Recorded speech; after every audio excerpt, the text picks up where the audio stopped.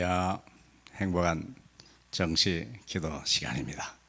바울은 나의 달려갈 길과 믿음을 지켰으니 이제 나를 위하여 하나님이 상급을 줄 것이다, 그렇게 말씀했습니다. 자, 우리에게는 하나님의 미션이 있고 달려갈 길이 있고 하나님이 우리를 칭찬하시고 축복하시는 약속이, 언약이 있습니다. 이 언약을 따라가야 되는데 어떤 대회를 따라가냐? 전도 대회를 따라갑니다. 이사야 60장 1절로 3절. 일어나라, 빛을 발하라. 이는 내 빛이 이르렀고 여호와의 영광이 내 위에 임하였음이라. 보라, 어둠이 땅을 덮을 것이며 캄캄함이 만민을 가리우려니와 오직 여호와께서 내 위에 임하실 것이며 그의 영광이 내 위에 나타나리라.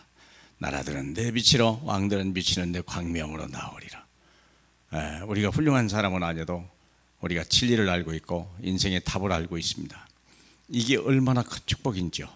베드로는 은과 금은 없어도 내게 있는 것을 줄 것이 있다고 그랬어요. 그래서 평생 아무도 해결하지 못하는 안전병의 문제를 해결해 줬지 않습니까?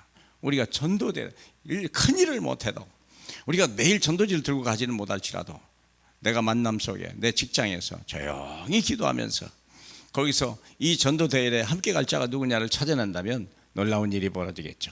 현장 선교사가 필요하다. 현장 선교사가 필요합니다. 목사는 현장에서, 교회에서, 교회가 현장입니다. 그러나 모든 성도들은 여러분의 직장, 여러분의 가정이 바로 선교 현장이고 전도 현장입니다. 거기서 정인이 되라, 그렇게 말씀했습니다. 사람을 변화시켜라, 설득하라, 그렇게 말씀하지 않았습니다. 그냥 정인이 되라 그랬어요. 빛이 이미 와 있으니까 그냥 바라기만 하면 돼요. 자, 그러면 보세요. 전도대회에 선 사람, 초대교회 같으면 사도행전 2장 41절에 3,000명이나 들어왔다고 그랬어요.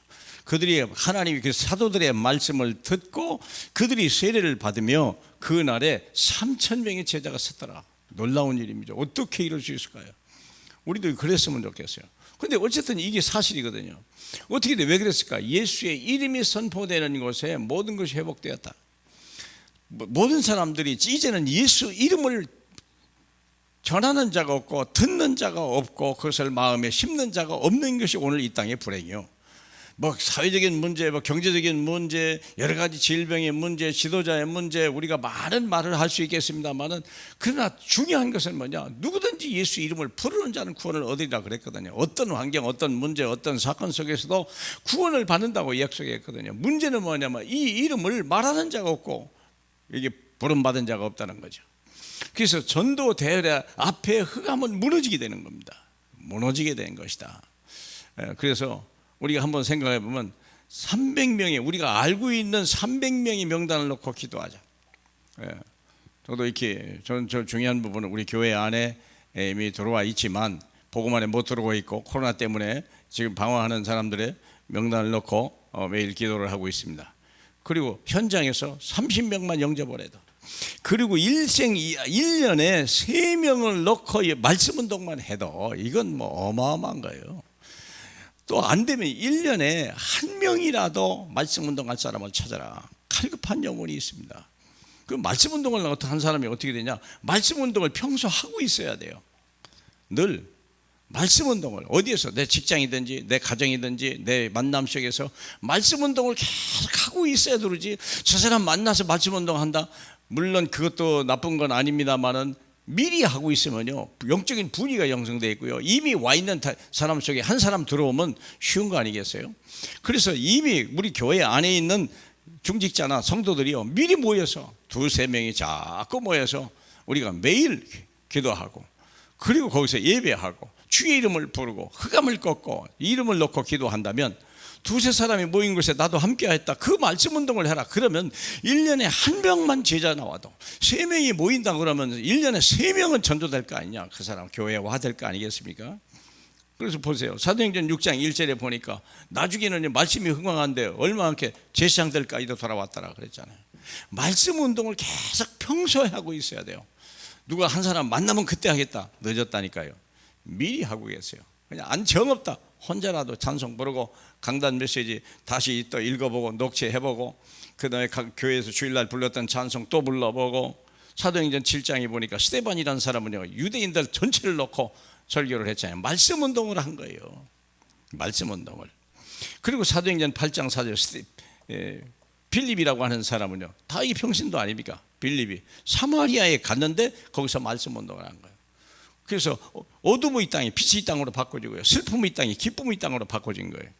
우리가 한 게 아니에요. 그리스도가 그리 됐다니까. 그리스도 이름으로.